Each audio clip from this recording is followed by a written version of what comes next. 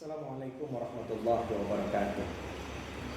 Alhamdulillahilladzi anzala as-sakinata fi qulubil mu'minin liyazdadu imanan ma'a imanihim. Asyhadu an la ilaha illallah wahdahu la syarika lah wa asyhadu anna Muhammadan 'abduhu wa rasuluh sallallahu alaihi wasallam la nabiyya ba'da. Kaum muslimin, kaum muslimat, jemaah dimanapun berada. Kembali kita bersyukur kepada Allah Subhanahu wa taala. Sampai saat ini Allah masih memberikan kesehatan dan kekuatan kepada kita untuk menjalankan ibadah Ramadan pada tahun ini. Berdoa kita kepada Allah, semoga Ramadan tahun ini adalah Ramadan terbaik yang pernah kita lewati. Amin ya rabbal alamin. Selawat dan salam buat junjungan kita Nabi Muhammad sallallahu alaihi wasallam. Allahumma shalli ala Muhammad wa ala alihi wa ashabihi ajma'in. Masyiral muslimin rahimakumullah. Pada pertemuan kita kali ini, topik yang akan kita bahas adalah hutang piutang dalam pandangan Islam. Kenapa topik ini yang kita ambil? Karena permasalahan hutang piutang sering kita temui dalam kehidupan kita sehari-hari. Banyak terjadi putus silaturahim dikarenakan hutang piutang. Persahabatan yang dijalin begitu lama putus dikarenakan hutang piutang.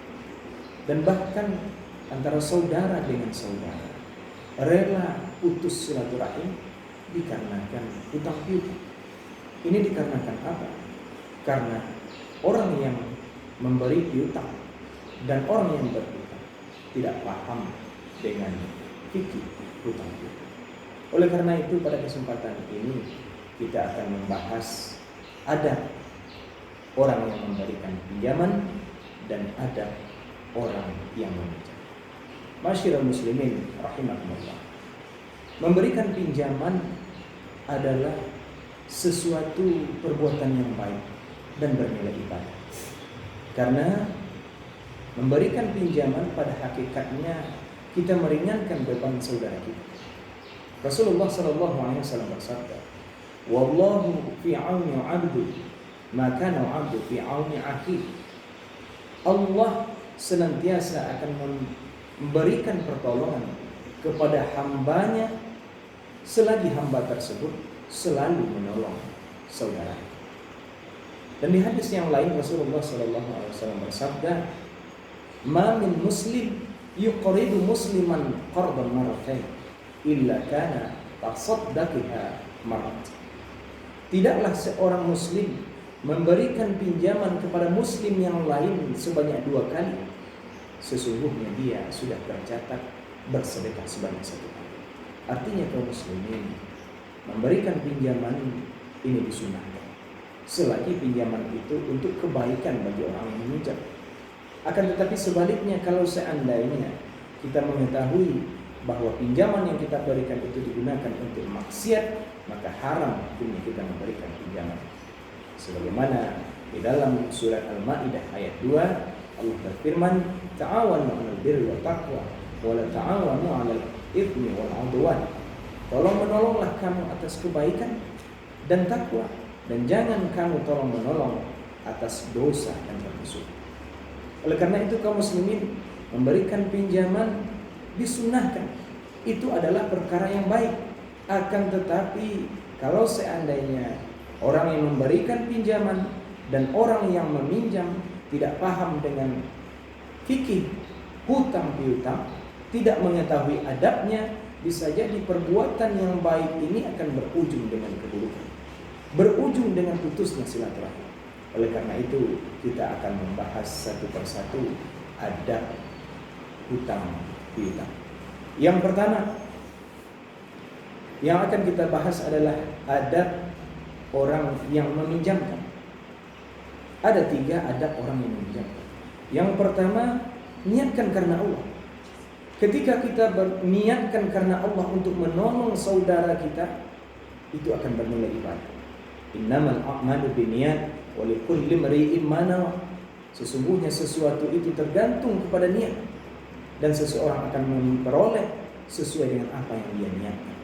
Itu yang pertama. Tidak ada niat yang lain kecuali hanya untuk menolong saudara kita. Yang kedua, ada orang yang memberikan pinjaman tidak boleh mengambil keuntungan sedikit pun dan dalam bentuk apapun. Haram hukumnya kita mengambil keuntungan. Para sahabat mengatakan, bahkan menisbahkan perkataan ini dari Rasulullah, kullu qardan jarra naf'an fahuwa riba. Setiap pinjaman yang mendatangkan keuntungan atau kemaslahatan, maka itu adalah riba. Sebagai contoh, kaum muslimin, kita meminjamkan uang 1 juta kepada saudara kita, kemudian kita wajibkan mengembalikannya 1.100.000, 1.100.000, itu adalah riba. Berhati-hati kaum muslimin, riba adalah dosa besar. Kemudian adab orang yang meminjamkan yang ketiga adalah beri tenggang waktu kepada orang yang mengalami kesulitan dalam membayar. Dalam surat Al-Baqarah ayat 280 Allah berfirman, wa in kana dzu usratin fanaziratun ila maisar wa in tasaddaqa khairul lakum in kuntum ta'lamun. Jika orang yang berhutang mengalami kesulitan dalam membayar, maka beri dia tenggang waktu sampai dia merasa betul-betul lapang untuk membayar. Dan kalau kamu sedekahkan, itu jauh lebih baik bagimu jika kamu mengetahui. Kaum muslimin yang dirahmati Allah. Dan di dalam hadis yang lain Rasulullah bersabda, barang siapa yang membebaskan seseorang yang sulit dalam membayar hutangnya, maka dia akan mendapat naungan di yaumil mahsyar nanti, ketika tidak ada naungan selain naungan Allah. Itu adab orang yang memberikan pinjaman. Kemudian adab orang yang meminjam. Masyaallah muslimin rahimakumullah. Meminjam jika kita membutuhkan, jika kita betul-betul tidak memiliki dan kita sangat butuh, itu bukanlah aib. Tidak perlu merasa malu kaum muslimin. Akan tetapi tentu kita harus tahu adab meminjam. Yang pertama, adab meminjam itu adalah niat untuk membayar. Jangan sampai ada terbetik di dalam hati niat untuk tidak membayar hutang.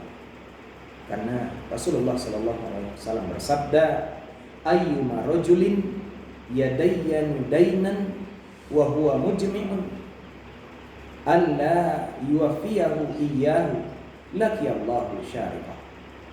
Barang siapa yang berhutang dan dia memiliki niat untuk tidak akan membayar, sedangkan hutang dia mati, hutang dia belum lunas, maka nanti dia akan dibangkitkan di akhirat bersama pencuri, karena pada hakikatnya dia adalah pencuri.